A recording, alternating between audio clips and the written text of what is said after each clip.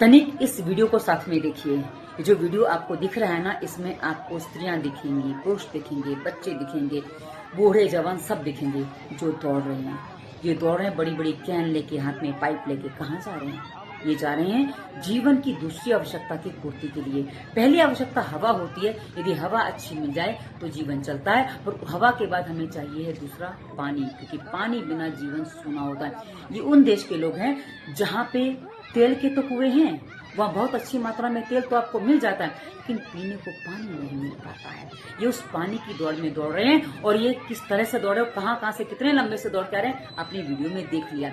अब देखिए पानी की कितनी अधिक किल्लत है इनके यहाँ। ये जीवन बचाने के लिए पानी के लिए इस तरीके से भागते हैं।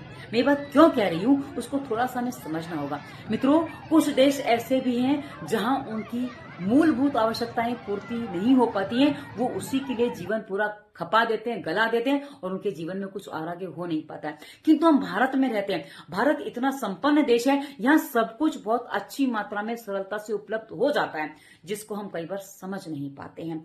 और हम अपनी आवश्यकताओं की पूर्ति होने के बाद इच्छाओं को इतना बड़ा कर लेते हैं, जिसके कारण से हमारे मस्तिष्क में उस इच्छा की पूर्ति के लिए अनेकों प्रकार के तनाव खड़े हो जाते हैं। और जब मस्तिष्क में तनाव आता है ना, तो हमारा शरीर भी उस तनाव को झेलने लग जाता है, जिसके कारण से हमारा शरीर अनेकों प्रकार के रोगों का घर हो जाता है। मित्रों, हम अपनी इच्छाओं के माध्यम से अपने इस शरीर को, जो ईश्वर ने कहीं हद तक बहुत अच्छा दिया था, हमें सब कुछ सोचने समझने की शक्ति दी थी, बुद्धि दी थी, सब कुछ दिया था, पर हमने इस शरीर को इतना नष्ट कर लिया केवल और केवल अपनी इच्छाओं की पूर्ति के लिए। काश हम इच्छाओं के पीछे ना भागें। काश हम अपनी आवश्यकताओं की पूर्ति के बाद हम ये समझें कि हमें कितना चाहिए है, कि जितना चाहिए उतना सबके पास पर्याप्त मात्रा में उपलब्ध है। किंतु जब हम इच्छा की पूर्ति के लिए भाग रहे हैं ना, बस वही इच्छाएं हमें रोगी पे रोगी बनाती चली जा रही, क्योंकि इच्छाओं का अंत नहीं है। मित्रों, एक बात आपको बता दूं, आप रावण से अधिक धनवान नहीं हो सकते, आप रावण से अधिक ज्ञानी नहीं हो सकते, आप रावण से अधिक शक्तिशाली नहीं हो सकते।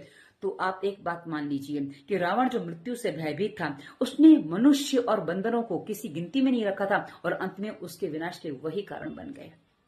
हम भी अपनी इच्छाओं के वशीभूत होकर उनके कारण से अपनी मृत्यु को पल पल बुलाते जा रहे हैं। यदि आप जीवन जीना चाहते हैं ना, तो इच्छाओं को थोड़ा संकुचित करके देखिए, कम करके देखिए। इससे आपका तनाव कम हो जाएगा, जिससे आपका शरीर भी स्वस्थ हो जाएगा, और हमारा उद्देश्य दवा मुक्त भारत है, वो आप भी पूरा करेंगे, क्योंकि हमारा साझा उद्देश्य है। कुछ हम जगा रहे, कुछ आप जागिए, जागेंगे तो सिद्ध होंगे।